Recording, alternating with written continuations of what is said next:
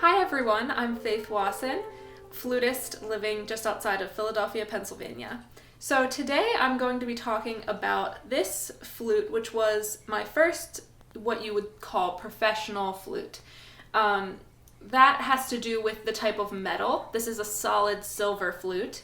It also has to do with the open holes and the French style keys, and just the fact that it's handmade. It was a handmade instrument. So my story of how I ended up with this particular flute.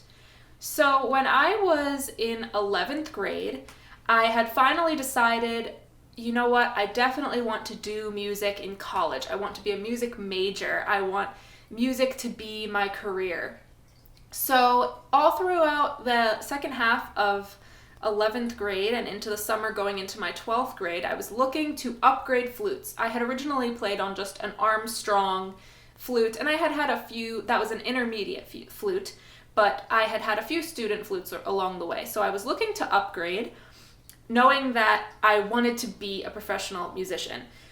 And the closest store to me where I could try flutes instead of going all the way to New York was a place called the Flute Pro Shop. And I had a wonderful experience there trying many different flutes. I remember trying Powell, Haynes, and pearl flutes. The problem for me personally was that these flutes were in the range of $10 to $15 or even $15,000 or even more. So I was looking around at the idea of getting a used instrument, and my flute repairman, Mike Hammer of Hammer Woodwinds, was selling instruments at the time, and I heard of this Haynes flute, and Haynes had particularly stood out to me when I tried them. So this Haynes flute was used, and it is actually from 1968.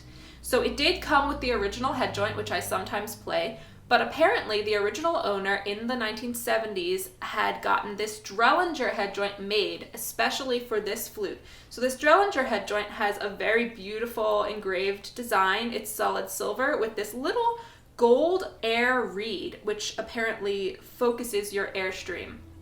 And when I played this flute, I just absolutely fell in love with it. It was so smooth. I loved the brilliant sound, and I just couldn't stop thinking about this flute. And it was well within my price range, only around $5,000 at the time for the flute and the head joint. So we made an offer and it was accepted. So I highly recommend, especially if you're still a student looking for used instruments from reputable sources. I knew this repairman and he was the only one who had ever worked on this flute, and it is in beautiful condition. Now with Haynes specifically, the 1960s models are fantastic, and I've heard that in the 70s and 80s the quality declined slightly due to alterations of the scale and things, so you do have to do your research before you go out and buy something.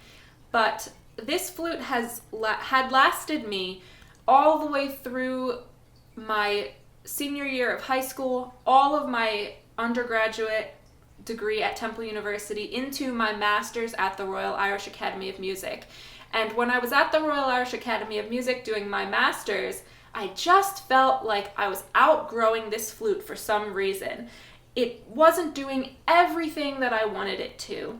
So it took me those full 2 years to look around and try new flutes to finally settle on what I play now, which I'll be talking about in my next video. I'll see you then. Bye-bye.